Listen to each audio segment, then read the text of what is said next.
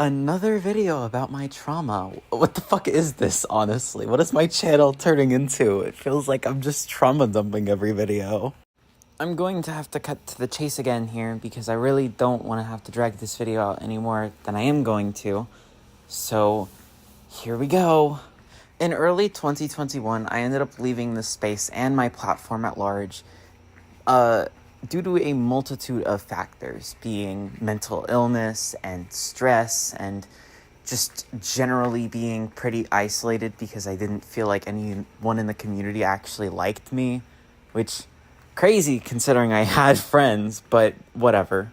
But there is another factor I really haven't talked about that I've gotten the impression from my own reading of it definitely contributed to it.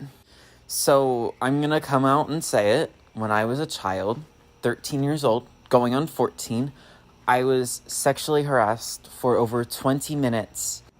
This was done to me by a group of adult men, one of them being known online as Sherman or Surebase, who you may know as being behind a whole situation where a lot of people in the art and slideshow commentary communities were either being doxxed in live streams or were afraid of being doxxed.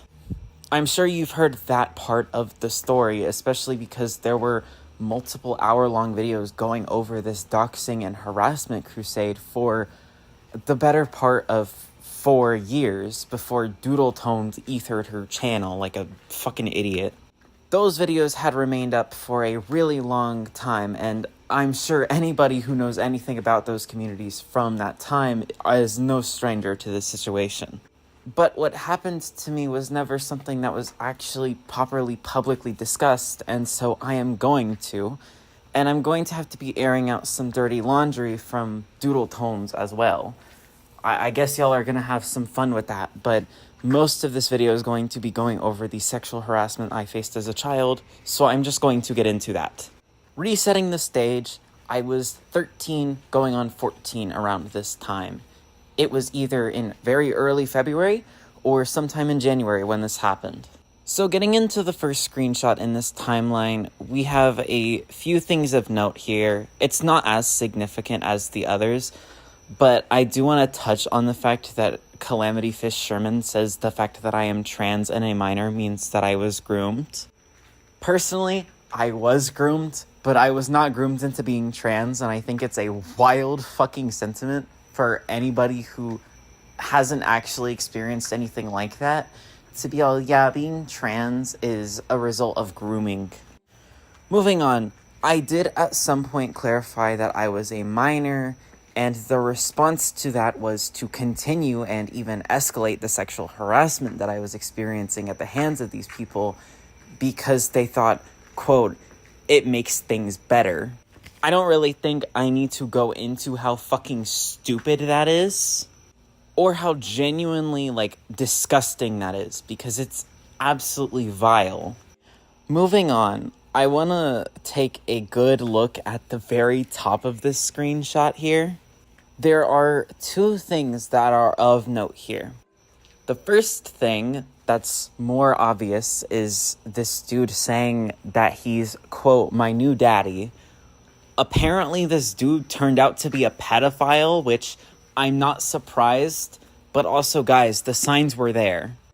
Moving on, if you saw the title of the group chat, yes, you are reading that right. That does say Delilah's Rape Dungeon. I do need to give some context because this would have actually really triggered me at the time, and even still does nowadays, actually more so than it probably did back then. The year prior to this, when I was 12, I was raped. I was 12, and I was in school when it happened. It happened when I was 11 as well, but I'm bringing that up because it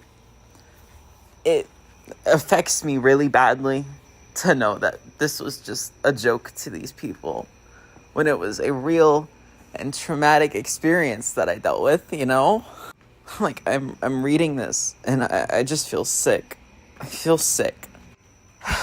But moving on, we have Sherman calling Doodle a pedo. We have this guy. We have both Mark and Vion being fucking weird as hell. Mind you, I was 13 years old.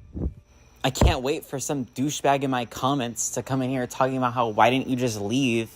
Motherfucker, I tried to. Multiple fucking times. On my last video, there was some idiot talking about how, why didn't you just block? Why didn't you just leave? Why didn't you just do this? Why didn't you just do that? It's the internet. It can't really affect you. Okay, I tried here. It didn't fucking work.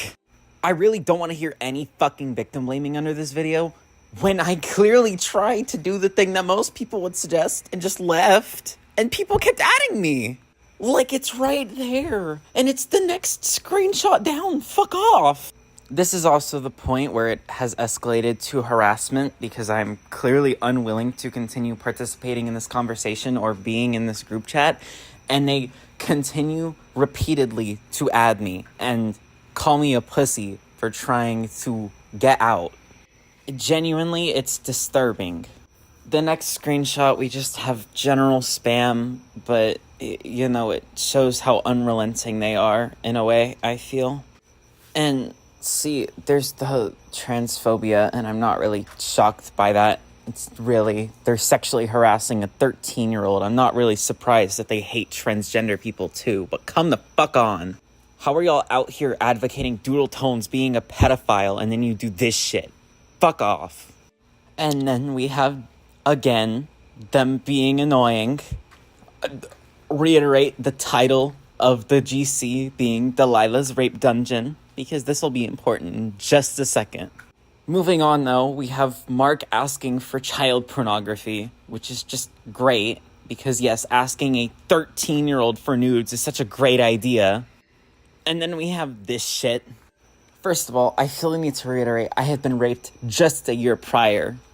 But there's another reason why this threat affected me so much. See, at the time, Sherman had said two things to me that had stuck out to me. There's this from before this, which, to clarify, yes, I do in fact have brown eyes, to anyone wondering. And then there's this, which I will be upfront and say that at the time, yes, I was quite overweight. I'm not anymore. I'm not dissing overweight people by saying that. I'm just not, but I was at the time. And I need to reiterate who these fuckers are, because Sherman is well known for doxing people on the internet, for sharing around people's personal information about them online. So, combine that with the fact that I had been, again, raped a year prior, and I was a child, you can probably imagine how I felt reading that. I was fucking terrified. I know I went on to taunt him about it, but my response to feeling fear, a lot of the time, I try to mask that by taunting people, by trying to get under their skin in the way that they're getting under mine. This is something I used to do a lot when I was 13, actually, but I was fucking scared. I was a child. And just reading that is just horrible. I'm going to move on now because I don't want to think about that anymore. And then there's this shit. And this screenshot's the only one with the full GC name, so if you had any doubts, you can quell them now. Then we have the dude who said that he was going to rape me in real life, threatening to get my address. Or, saying that he can, even though it's a blatantly veiled threat, using the fact that these dudes were established doxers as a means to give it significance and weight. And here we have me saying that I'm a child, which is just great. All of these people are fucking evil. I don't care that that dude was 15. I really don't anymore. These bitches are fucking evil. How do you learn that you're sexually harassing a child and your response is, that's hot. I'll give you all these things if you give me pleasure. I'm gonna get you, sawed off faggot. And if it wasn't fucking obvious enough. I did. Because I was scared I was going to be raped and my parents were going to be murdered. Which was just a fantastic thing to fear for as a child. As a 13-year-old. I cannot put it into words how fucking evil that is. How fucking evil you have to be to do some shit like that. I don't care if it was a joke to y'all. I don't fucking care. I don't give a shit. Because clearly your joke was not okay. Moving on. This is the last screenshot, and I'm just done. I'm done with this part of the video. I can't talk about this right now anymore. Moving on to the part that y'all were probably waiting for. We have Suzy Doodle Tones.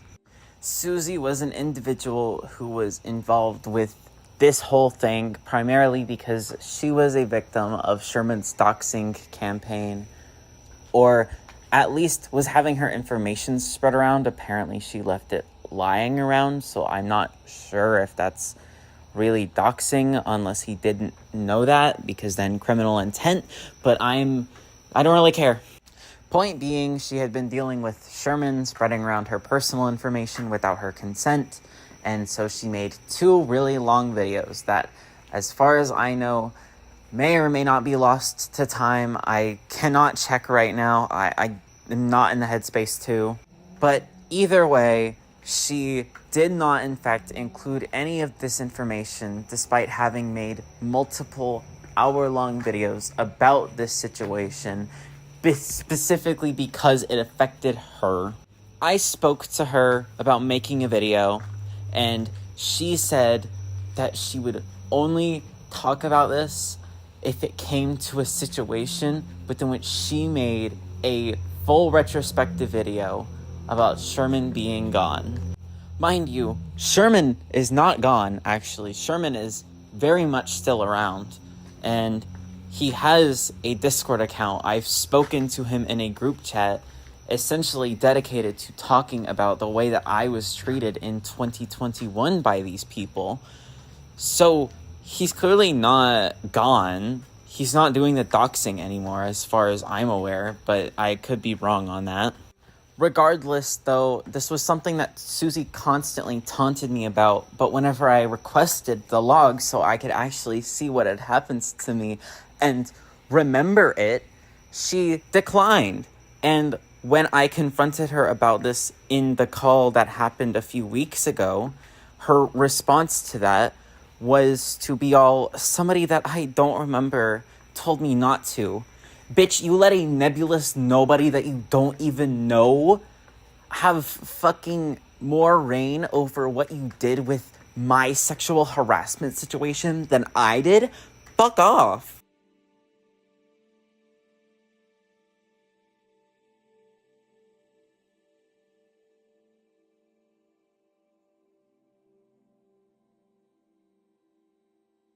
Because of this, I was struggling really bad because I was afraid that my recollection was wrong and that I was just reimagining things and making things up and shit like that. It's obvious that's not true based on what I have seen and what I have shown, but I was under that notion for the longest time. And I was told by my friends to go to Suzy and talk to her about it. And she refused. She said that she was planning on giving them to me, and she just never did. But she also admitted that she was told not to, and that's why she didn't. So either she wasn't going to because she was told it would upset me, or she was going to, and she just didn't give enough of a fuck to actually go through with it. Mind you, something that I was struggling a lot with about actually was I remembered it going on for a long while, okay? I remembered it being at least 20 minutes. It was 20 minutes, but I couldn't have known that for sure. And that very much so distressed me because I had to wonder if I was blowing things out of proportion. If I was crazy. And Suzy just let that happen. Let me deal with that on my own without giving me the tools to achieve an actual catharsis. Meanwhile, she brought it up several times in calls. For example, one of the first times I spoke to her when I came back, she told me that she thought that was the reason that I left, and it certainly played its part, but I digress. She brought it up at one point to question why I had even considered speaking to him, considering what he did to me, despite my inability to remember things clearly, as I've already established. So how the fuck would I know, considering you didn't even give me the tools to properly remember Suzanne?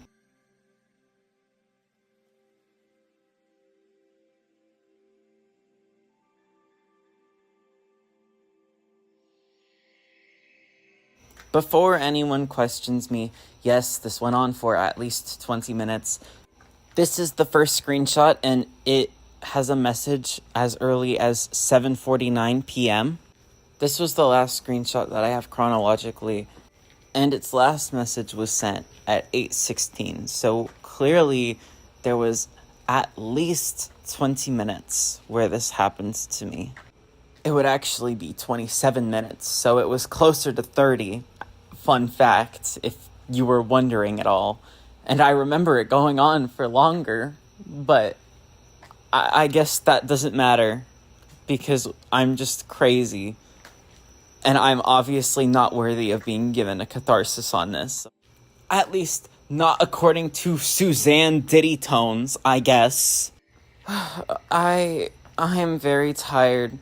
I will be linking the calls with Suzy, because those do in fact have me discussing this topic, but I am too emotionally exhausted and overwhelmed to give timestamps, so I apologize. I will not be doing the same thing that I did for the video on Christian and linking the screenshots, because I have shown all of what I have so far in this video, and I feel that it is enough to show what happened to me in 2021. I just hope that moving forward, I can talk about less traumatic things, because this is really difficult for me, and I've been stressed out. I've barely been eating, and part of that is due to external factors, but this shit doesn't fucking help. And I just want to fucking move the fuck on and have fun and talk about stupid shit. Like, I'm so tired of my life just being full of just the most terrible shit happening to me as a child. I think that's where I'm going to end this video. I hope you all have a good night, and goodbye. Actually, I just remembered something. Suzy said that she gave the logs of the sexual harassment I experienced as a child to the police and filed a report.